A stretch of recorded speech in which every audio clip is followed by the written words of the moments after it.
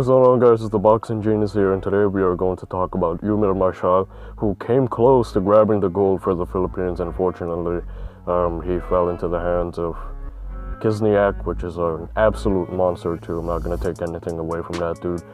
With that said, let's get right into the video and let's look at some things that he likes to do, okay? So the first thing that I really appreciate about Marcial is even as an amateur, he has a very good jab, okay? A lot of amateurs tend to not have a good jab, okay? And I know this because I grew up in the amateur community in the Philippines and they don't really have a jab, okay? But Eumir Marcial really has a good one. And the way he does this is that he doesn't really retract it all the way out, which means that he only pushes it from a certain point, which is right in the middle, okay? So as you can see, when he threw the jab, it only came from around the middle. Boom, okay? He did not retract it all the way out. Very similar to how Pacquiao kind of throws it. It doesn't really come from all the way from his head. It just comes from the middle. He stretches his lead hand out and then he throws a jab. And that enables him to throw it quickly, throw it quicker, okay? And not only that, but he's also able to paw with his opponent. And now he establishes the position of the glove. He's able to see exactly where the opponent's glove is, okay? And then there he sees that the glove of his opponent is down, and that made it easier for him to land or to throw that jab. I don't think he landed it, but you know, it was still a pretty good attempt. Let's see. Yeah, the camera angle kind of messed up. Now, let's see another one here. Okay, again, you're gonna see the jab. Boom. It doesn't really come from all the way to the back. It's just a flick. And the flicker jab is really something that's kind of rare for southpaws. Well, it is not rare, but it's something that's not used as much. And Marcial is really good at throwing that flicker jab, okay? He throws it with his elbows out, as you can see here. Boom. Next thing I want to talk about is his guard, okay? His active guard. His ability not to get stuck on the high guard, the Philly shell. He has the ability to do hands down, hands up, Philly shell. I don't think he has the Philly shell, but you know, maybe there was a fight where he used it. Maybe there's a cross guard too. I'm not really sure. But he's really good at keeping his hands down at times right here, keeping his hands up, putting it at a very high guard, you know, for certain situations, okay? Now, whenever he counter punches, what you'll notice about him is that he'll mostly put his hands down when he plans on countering. So just look at this for yourself. Now, look at this. If you look at this, he's going to put his hands down for one reason only, and that is because he wants to get off this right hook, and he wants to throw it quicker, okay? And putting your hands down in this position is really what will make that hook quicker, because if it starts from the top up, you're going to have to pull it down, or you're going to have to swing it below your waist, okay? As you can see here, he swings it below his waist.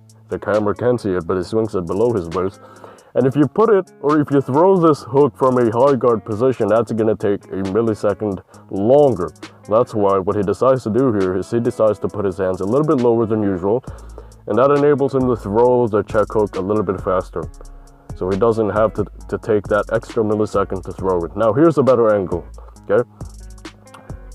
Let's look at this. He's going to put his hands down, okay? He's going to put his hands down, and that enables him to really make this hook quicker, okay? So he already knows that he's going to throw the check hook. Now, what he needs to do is he needs to put his gloves in a position where he can throw it quick. He doesn't have to take that extra millisecond. If he uses the high guard, it's going to take an extra millisecond to bring it all the way here. That's why he puts his hands down to make it quicker, because he doesn't have to take that extra millisecond to gain momentum from his arms. And then there he was able to throw the right hook quickly, okay? Boom. Okay. So as you can see, as he stepped back, he already prepared himself, and he already decided to keep his hands low, which will enable him to throw it just like a flash right hook. Alright, now let's look at some of the footwork tactics that he uses in order to avoid himself from being in a position of smothering. This is what ultimately cost him in the fight with Kisniak. He ended up smothering a lot, getting stuck on the clinch. I think that's because he's tired or something, but you know, that's not the topic for today, okay? Let's just look at his ability to avoid smothering for now. And the way he does this is he combines footwork, he combines lateral movement. He's very good at this.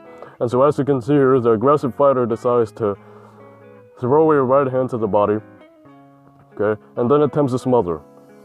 With that said, Eumir Marcial decided to stretch his right hand out to keep the opponent's head pinned on that side, okay, so when he decides to pivot around here, the opponent's head cannot follow, and the opponent's head cannot come close to Marcial.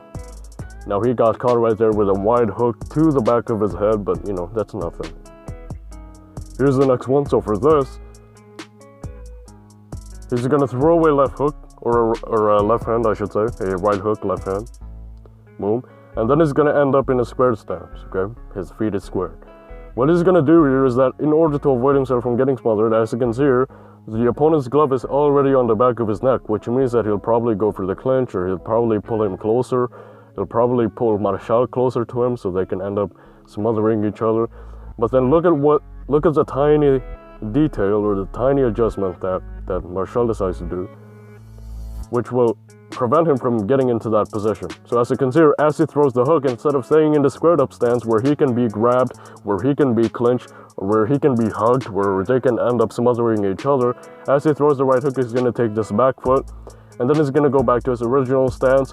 By putting this back foot here, his front foot automatically follows that position, and now he decides to get out in a safer spot where his opponent cannot smother him. Alright, let's look at some more footage on how we avoid smothering. So right here, as you can see, after he steps back, he's going to counter with a left hand, okay? Now his opponent is going to try to, again, come in, get super close, and if you don't see it, I'm going to show you how he avoided getting smothered by his opponent, okay? He's going to throw a left, and notice how his lead foot takes a slight step back, okay? And that inevitably forces his other foot, the left foot, to follow that direction. And now he's back in a safer spot, and he can move laterally without worrying about getting smothered by his opponent. But right there, it was inevitable. They were going to end up in a clinch anyway. Okay, so now we'll move on to the last technique, which is going to be rear hand momentum. Okay, so we all know that Eumir Marcial has a killer left hand just as much as he has a killer right hook. His left hand to me shines a little bit more. So the first thing the fundamental thing that I really want to point out here is how he gets momentum from his back leg. And the only way to really get that is by keeping your feet planted hard to the ground, keeping your rear leg or your rear foot planted hard to the ground. So as you can see here, just look at the back foot of Marcial, it keeps it planted, and then the only time he lifts it up is when he's in the middle of the left hand already, or when he's in the middle of throwing the left hand already. So let's just look at this, okay? He throws it, and the only times he really pivots to that left foot is when he throws it already. Now this may seem like a basic stuff.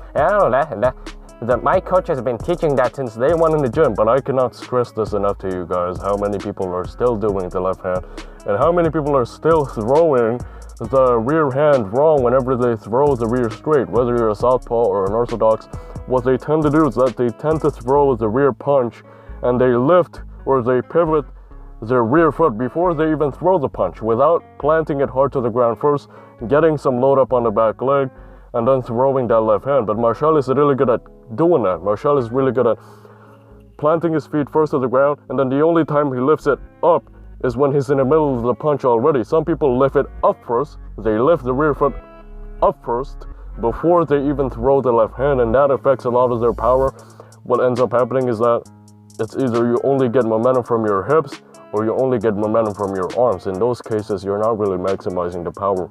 You want power in your rear hand, you have to get it in your back leg. Okay. In fact, one of my patrons, one of the dudes that I work with on Patreon, has the same mistake. You know, he kind of lifts his rear foot first before even throwing the left. He's a southpaw also. Okay, so I know exactly what this is like, and I can see that it's not really maximizing the power on that punch because it's not getting enough load up on the back leg.